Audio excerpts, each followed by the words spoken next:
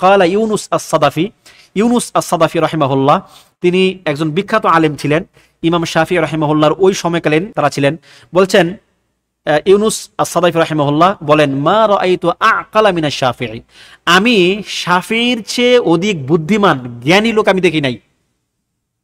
নাযারতুহু ইয়াওমান ফি মাসআলাতিন, আমি তার সঙ্গে কোনো একদিন একটি মাসআলাতে আমরা মুনাযারা করেছি, পরস্পরে আমরা একমত হই না, আমরা কি মুনাযারা করেছি, একজন একজনের সঙ্গে মাসআলার ক্ষেত্রে তর্কে লিপ্ত হয়েছে। তর্ক বলতে কি মারামারি না, আবার মুনাযারা বাহাস।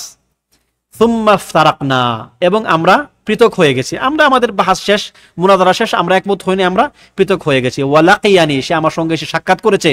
ফা আখাযা বিয়াদি, এবং আমার হাত ধরে বলেছে, সুম্মা কাল ইয়া আবা মুসা, হে আবু মুসা, আলা ইস্তাকিম আন নাকুনা ইখওয়ানান ওয়া ইল্লাম নাত্তাফিক ফি মাসআলা, হে আবু মুসা, আমরা যদিও একটি মাসআলায় একমত হতে পারি নাই, এরপরও কি আমরা ভাই থাকতে পারি না? আল্লাহু আকবার।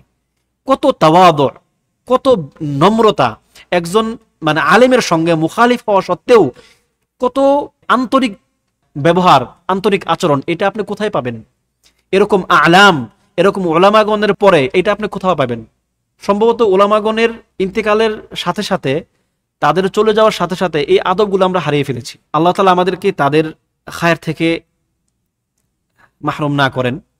আসলে এই কথাগুলো যখন পড়ি তখন দিলের ভিতরে একটা বড় একটা আঘাত লাগে। আমরা এমন কিছু আদব হারিয়েছি, এমন কিছু আখলাক হারিয়েছি যা ছিল আমাদের সালফে সালেহিনের অলংকার। তারা এগুলোকে অলংকার মনে করতেন, একজন আলেমের জন্য এগুলো তারা জরুরি মনে করতেন। কিন্তু আমরা কোথায়, আর তাদের আচরণ কোথায়? আমরা বলি যে আমরা তাদের অনুসারী, কোথায় সে অনুসরণ?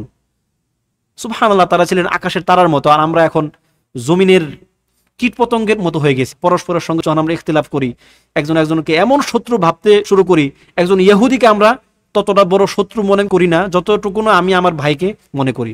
আউযু বিল্লাহ, আউযু বিল্লাহি মিন যালিক। আল্লাহর কাছে আমরা এ থেকে আশ্রয় চাই।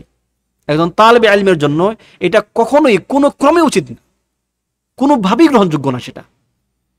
আল্লাহুম্মা আফিনা।